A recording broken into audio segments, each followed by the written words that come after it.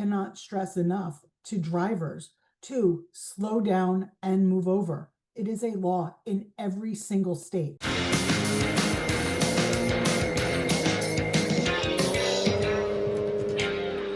Welcome back to Car-Pinionated, our weekly show on cars, the car industry, and driving in general.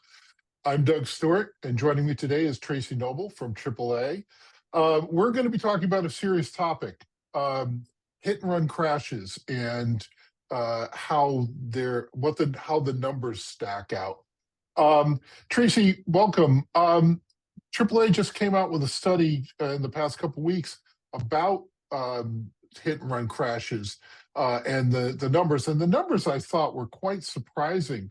The 15% of all police reported crashes in 2023 involved drivers who fled the scene. I mean, that's kind of amazing.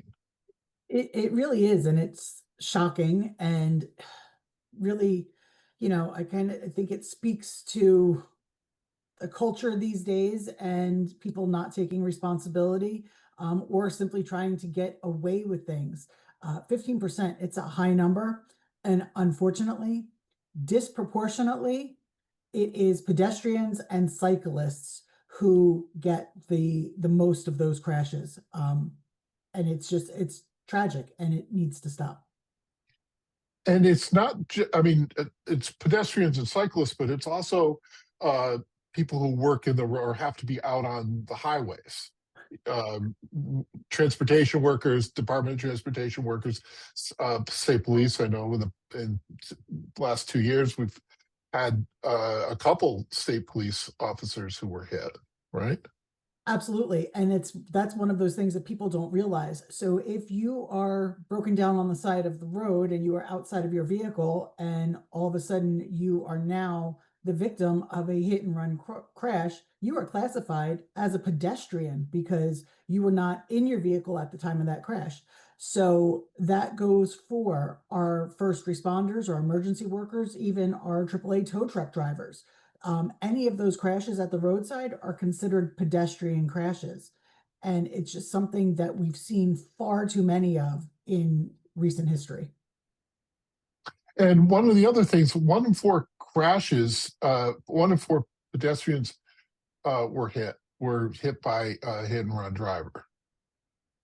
What can people do to take, to help themselves in these situations?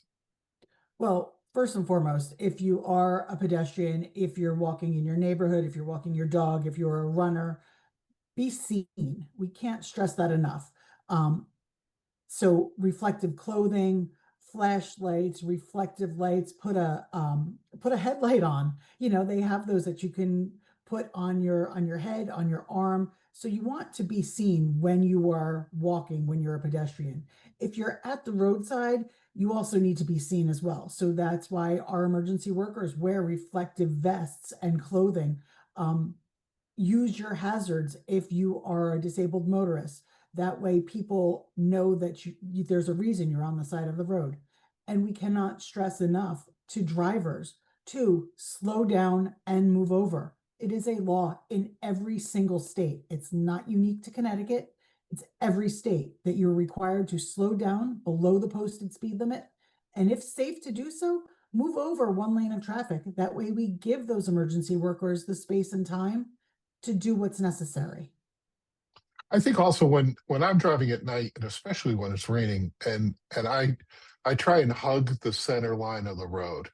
I mean, it's not gonna solve every problem, but I think thinking about and constantly being aware of where people might be, and that's kind of one of the keys for me personally. It certainly is, but it's also key that you're paying attention. So we can't ask people enough to put the phones down, especially if they're driving. If they're the driver, they need to be focused on the road, and they need to be continuously scanning the road, looking for potential hazards. And you cannot do that if your head is buried in your phone. Yeah. What are some things that can be done on a state or federal level, local, state, or federal level? I know in West Hartford, they've here in Connecticut, they've done some work on traffic calming and things like that. But what are some things that government entities could do? Well, I think we need to spread awareness that this is actually a problem.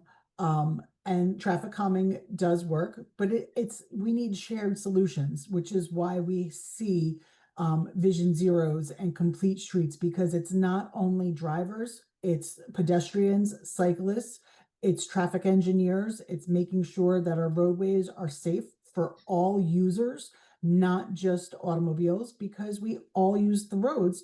And we have to remember, we are all pedestrians. Even if you're exiting your car to go shopping, walking across that parking lot, you are a pedestrian.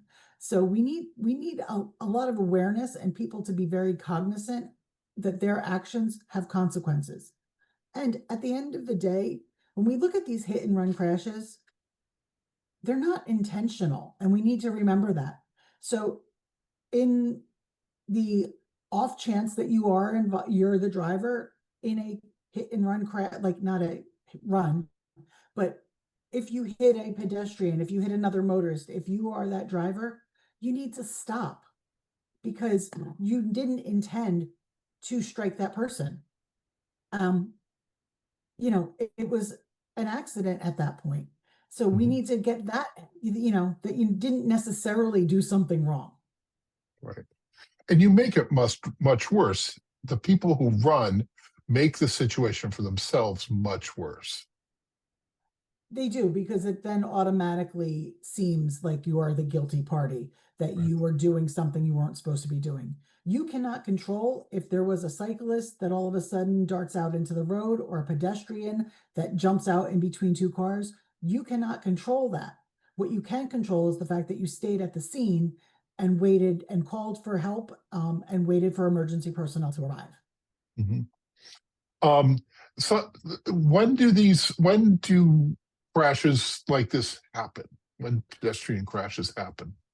Well, of course, we see them happen in they happen all the time, but in the early morning hours when it's dark, or in the evening kind of time, we see an uptick in these types of crashes because the visibility is different. Right now, we have um, it stays later, so people are out more. And especially as the weather warms up, we're going to see an influx of people walking, biking, running. So we need to be mindful of that, especially when we're in residential areas. I think one of the factors too, it occurs to me that, especially in urban areas, that people are out because maybe they don't have their own cars. Maybe they don't, they would normally be depending on public transportation, and now the buses aren't running, or they have to, they're in a situation where maybe they work second shift and now they've got to walk home too. So it's not like people are just wandering around, right? There's a reason why people are out there. Sure, there's absolutely a reason, whether it's for exercise or to and from work, whether you use, your bicycle as your form of transportation to and from work. It's everybody's own personal prerogative, or, situational. But we Right. need to realize that everybody has the right to be on the road, but we need to make ourselves as visible as possible if we are a more vulnerable road user. Mhm. One of the other findings that was in this study was that 40% of the people who were involved in the fatal crashes, the drivers, didn't have a valid driver's license, or were not, more than half weren't driving vehicles that were registered under their name. What's your thoughts on that? I think that's probably one of the reasons why it was a hit and run and why they did not stop, because they were scared of the additional penalties for being an unlicensed driver. Or, we don't know why the vehicle wasn't in their name, and I don't want to speculate as to why it wasn't in their name, Yeah. but still, running makes it worse. So, yes, there may be consequences for being unlicensed, but leaving the scene of a crash is worse than being unlicensed. Yeah. Yeah. There's also the demographics are young, they're male, and they crashed within a short distance of their home, which I found interesting. It is interesting, and the fact that we know that is because they've been found. So I think, there's this misconception that if you are the driver and you do run away from a crash scene or run away from that victim, that you're getting away with it. You're not, because ultimately, a lot of these crashes are, you're found out, whether there are local cameras, there are traffic cameras, neighborhood security systems. The vehicles are typically found and the drivers are typically found. So you're really not getting away with anything.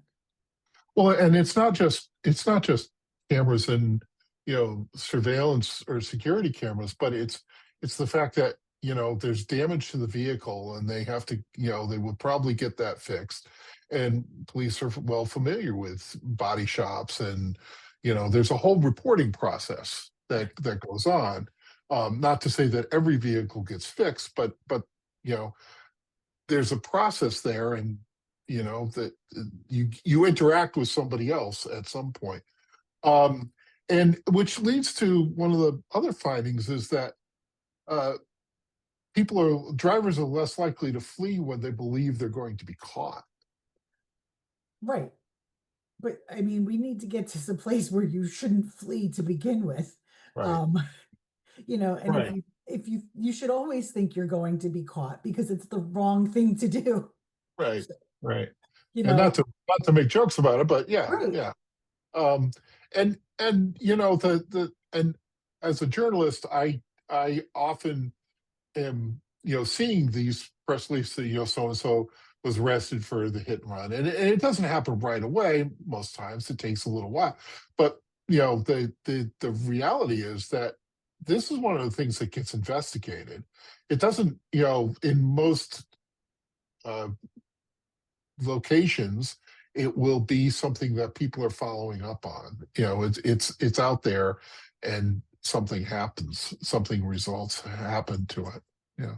Certainly, So. because it's not typically a fender bender. Mhm. It's not that you tapped the vehicle in front of you and you drove off. We're talking about significant to fatal injuries. So they absolutely are investigated, and they're investigated pretty thoroughly. Yeah. And ultimately, most of them are discovered. Right. I think going back to what cities and towns could do. Uh, One of the things historically in this country, we've built uh, our environment around cars. And they're not thinking about the traditionally the car has been the dominant force of design, and we have areas that don't have sidewalks, and we have areas that have very narrow roadways and poor lighting and things like that.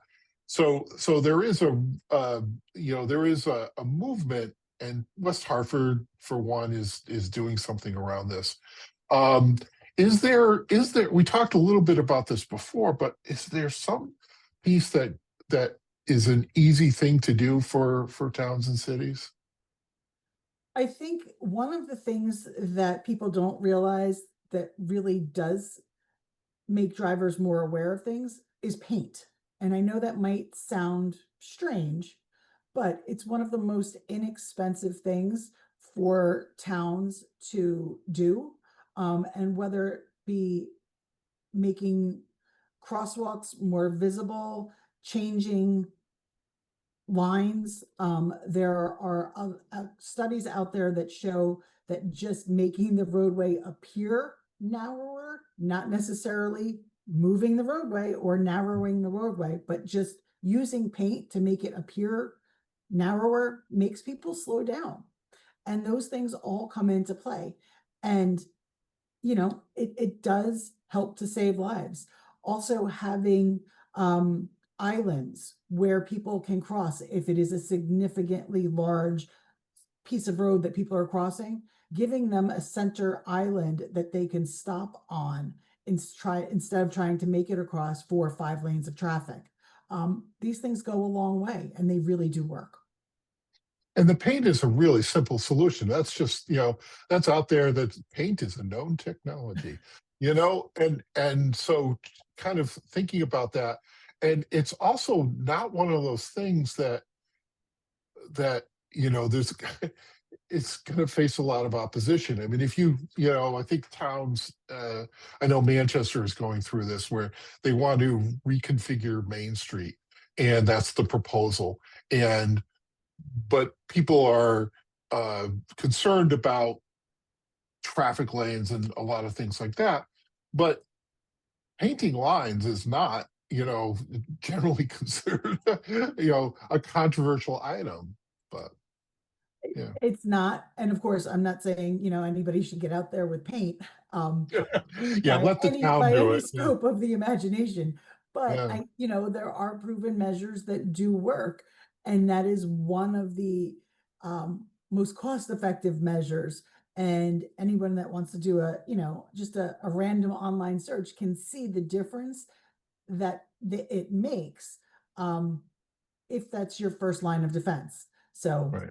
there's Yeah. something to be said for it. Okay. All right. We're going to take a quick break and come back and talk about headlights. People are always asking me about headlights, so we're going to be right back after this.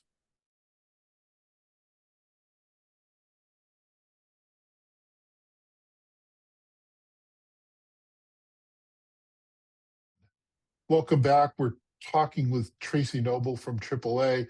One of the studies that AAA has recently come out with is 6 in 10 drivers struggle with the brightness of headlights. There's a lot of reasons for this, but Tracy, what was in this study that we're talking about?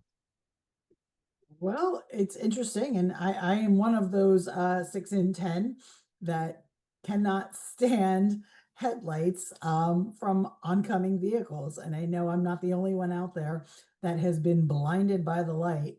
And it's nearly 3/4 of those believe who are affected by it think that it's worsened in the last decade.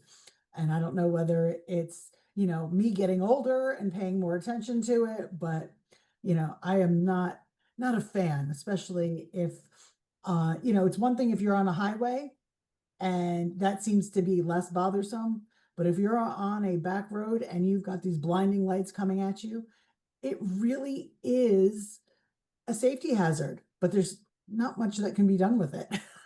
Right. That is the problem.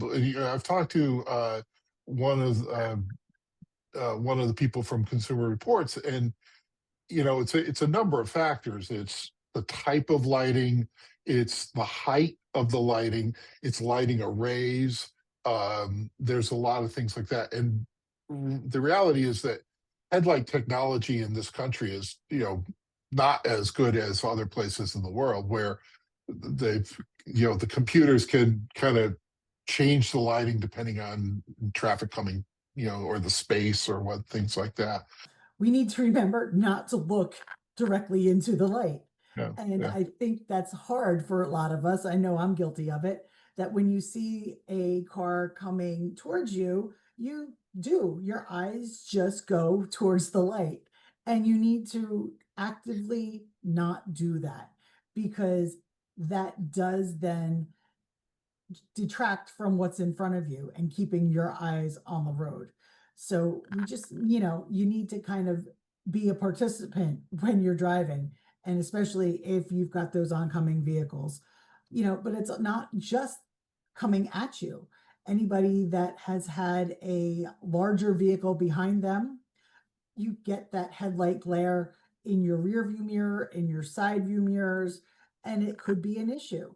I know from experience, I remember driving down the highway with my hand in blocking my side view mirror because it was Mhm. just hitting me in the face. And, luckily technology now in newer vehicles will automatically dim your rear view mirror and even your side view mirrors in some cases. But we Mhm. also need to remember the average car on the road, we've got cars that are over 13 years old as Yeah. part of the fleet, and they don't have that technology. I think another thing that people can do on their own is just make sure their own windshields are clear.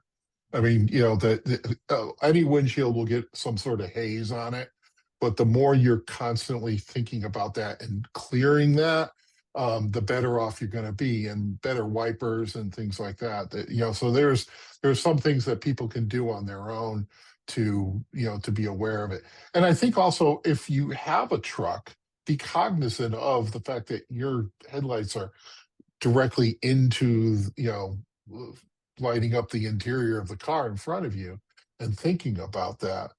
There was somebody I heard somewhere was like, you know, thinking about talking about headlights, and said that, you know, they want to see what's in front of them, not into the future, which I thought, like, that's great. That's perfectly exactly. All right. Great. Anything else you wanted to add on headlights? No, we just, want to remind people to be cognizant of them. So if you're driving on a dark road and you're using your high beams, remember to shut your high beams off when you see oncoming vehicles. There is the technology in the vehicle with those auto headlights, but not every vehicle has it. Not everyone knows how to use them. So know the equipment that you're dealing with. And if it is really bad and you do have that glare coming into your vehicle from a car behind you, move over, let them pass, and then be on your way. Yeah, yeah. Okay, great. Thank you, Tracy Noble from AAA here in Connecticut. Appreciate your time, and we will see you next time. Thank you.